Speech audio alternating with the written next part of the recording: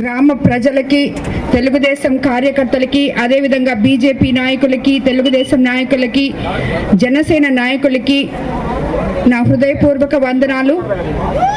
మీ అందరూ ఇంత అపూర్వంగా స్వాగతం పలికినందుకు నాయుడుపాలెం ప్రజలకి మరోసారి నా ధన్యవాదాలు తెలుపుకుంటున్నాను.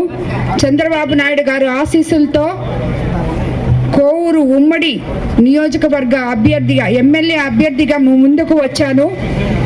మీ ఆడపడుచుగా వచ్చాను. అదేవిధంగా వేమిరెడ్డి ప్రభాకర్ రెడ్డి గారు ఎంపీగా నెల్లూరు జిల్లా నుంచి పోటీ చేస్తున్నారు. కాబట్టి మీరందరూ మీ పవిత్రమైన ఓటును సైకిల్ గుర్తు మీద వేసి చంద్రబాబు నాయుడు గారిని, మమ్మల్ని గెలిపించి చంద్రబాబు నాయుడు గారిని మరోసారి ముఖ్యమంత్రిగా చేసుకోవాలని కోరుకుంటున్నాను.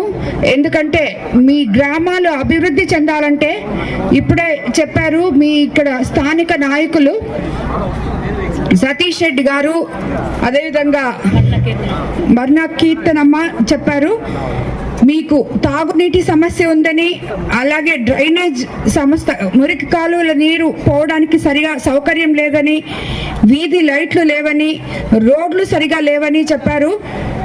అవన్నీ చంద్రబాబు నాయుడు గారు ప్రభుత్వం వచ్చిన తర్వాత తప్పకుండా మీకు అన్ని అభివృద్ధి కార్యక్రమాలు జరుగుతాయని, జరిపిస్తానని మాటిస్తున్నాను.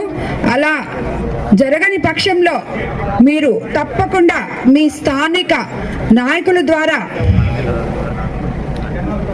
నాకు తెలియజేయవచ్చు. ఇది వరకు నాయుడుపాలెం గ్రామంలో సొసైటీ ఉండేది. వైఎస్ఆర్సీపీ నాయకులైన తో అది మూతబడింది. దానిని మరలా ప్రారంభించవలసిందిగా కోరుచున్నాము. నాయుడుపాలెం పంచాయతీకి గోవగుంట పంచాయతీకి వాటర్ ప్లాంట్ కావాలని కోరుతున్నాము.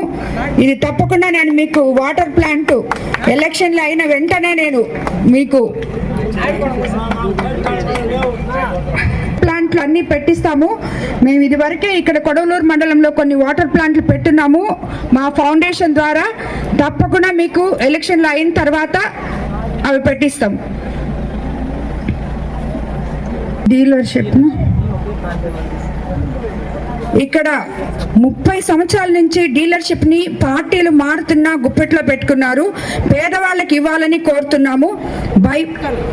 బైపాస్ నుంచి వీధి లైట్లు, రాముల వారి గుడి దగ్గర సైడ్ లైటింగ్ కావాలని కోరుతున్నారు.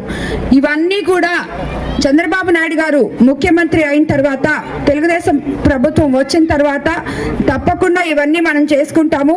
గ్రామాన్ని, ఎందుకంటే ఇవన్నీ మీరు ఇప్పుడు వచ్చారు, ఓట్లు అడుగుతున్నారు, చెప్పేసి వెళ్ళిపోయారు మేడము, మళ్ళీ చేయరేమో, మా ఊరికి రారేమో అనుకోబాకండి. నేను అందరిలాగా మీకు ఇది వరకు వచ్చి చెప్పి రాజకీయ నాయకులు చెప్పి వెళ్ళినలాగా కాదు. నాకు రాజకీయాలు కొత్త ఏమో కానీ సేవ్ చేయడం కొత్త కాదు. కాబట్టి తప్పకుండా తిరిగి గెలిచి మీ ఊరికి వస్తాను, మీ సమస్యలు తీరుస్తాను.